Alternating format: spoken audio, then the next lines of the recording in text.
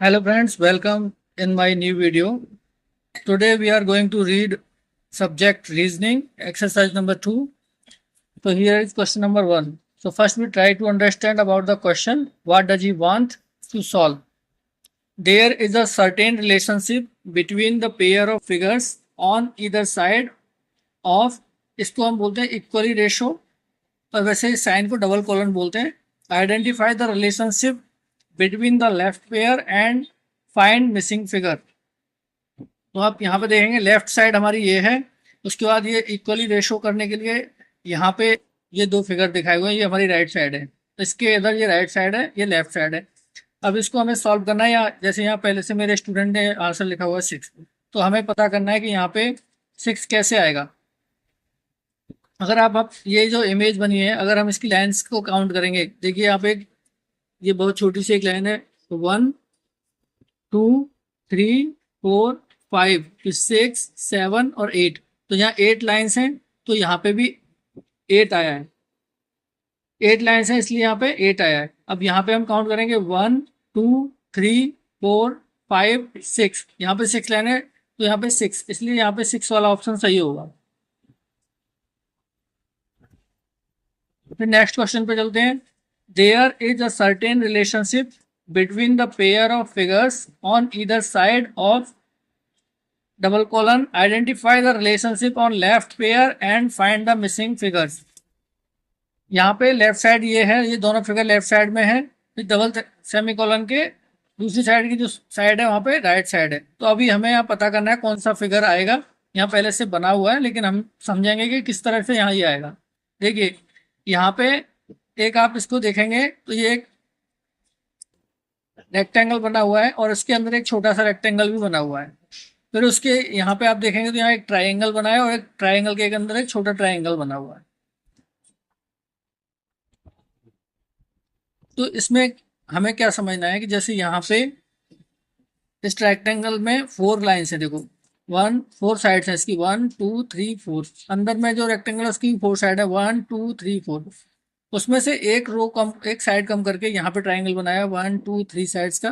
फिर यहाँ पे भी 1 2 3 साइड्स का ट्राइंगल बनाया.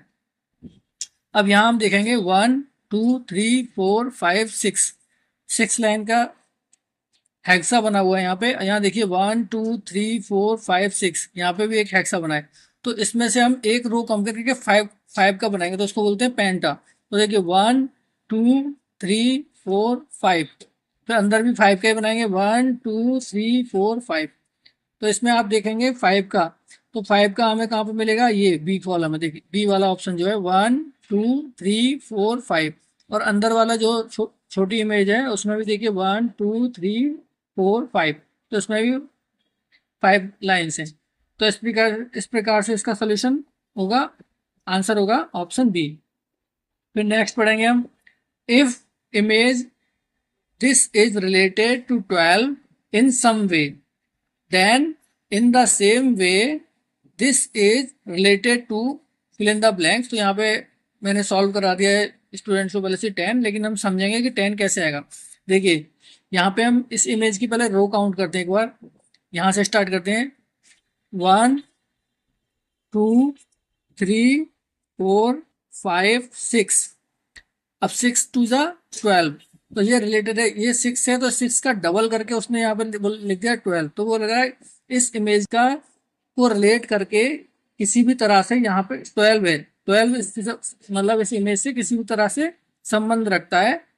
देन फिर in the same way, same उसी तरीके से इस इमेज का संबंध किस नंबर से होगा, इसमें ये है. तो हम इस इमेज में और इस 12 में पहले हम पता करेंगे क्या रिलेशन है.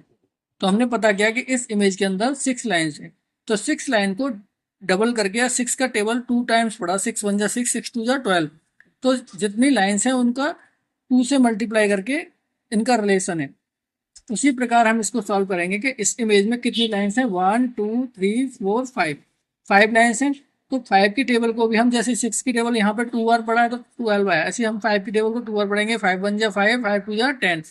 तो यहाँ पे 10 आएगा, इसलिए यहाँ पर रिलेशन हो गया उसका 10 से. तो यहाँ ऑप्शन आएगा सी. उम्मीद करता हूँ आपको समझ में आ रहा होगा. अभी हम नेक्स्ट क्वेश्चन पे चलते हैं. There is a certain relationship between the pair of figures on either side of double colon. Identify the relationship between the left pair and find the missing figure.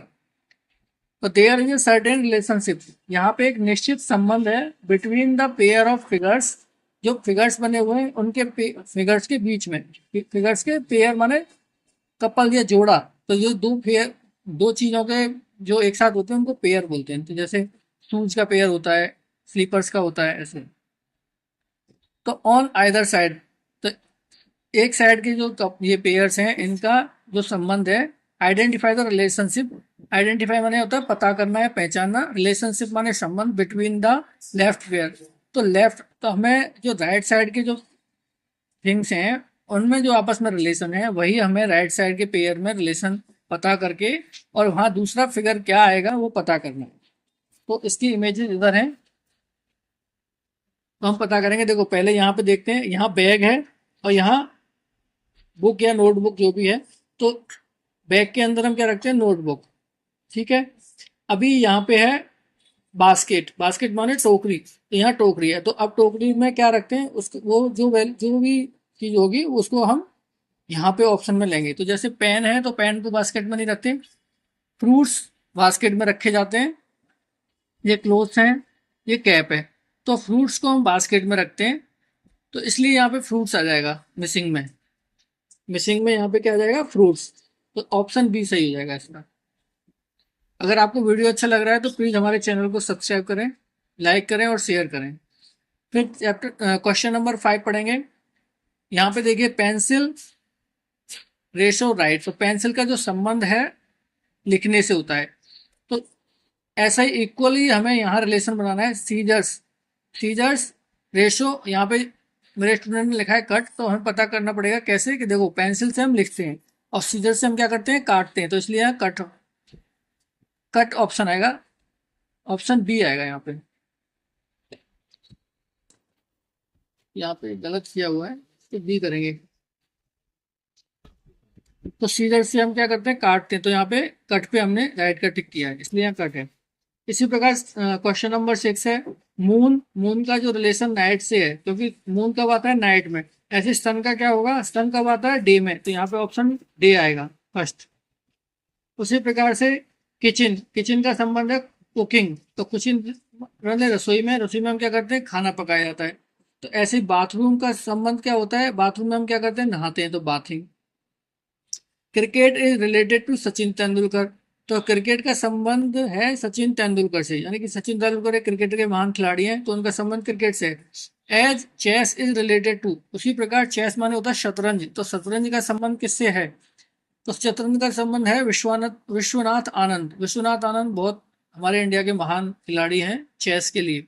तो जिस प्रकार से सचिन तेंदुलकर क्रिकेट के महान खिलाड़ी हैं, उसी प्रकार शतरंज के महान खिलाड़ी हैं विश्वनाथ आनंद। उस पर टिकाएगा, उसके वो राइट ऑप्शन है।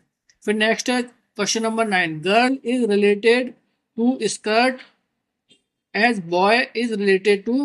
देखो गर्ल का जो संबंध स्कर्ट से है, as boy is related to. देखो गर्ल बॉटम बॉडी में स्कर्ट पहनती हैं, तो बॉय का संबंध उसी कपड़े से होगा जो बॉय बॉटम बॉडी में पहुंचे। शर्ट को हम अपर बॉडी में पहनते हैं, बॉय जो होते हैं। शूज को हम पैर में पहनते, फुट में पहनते हैं। ट्राउजर जो होता है हम बॉटम बॉडी में पहनते हैं, कमर से नीचे। तो उसको यहाँ ट्राउजर को हम चूज करेंगे, तो यहाँ पे ट्राउजर इसलिए आया।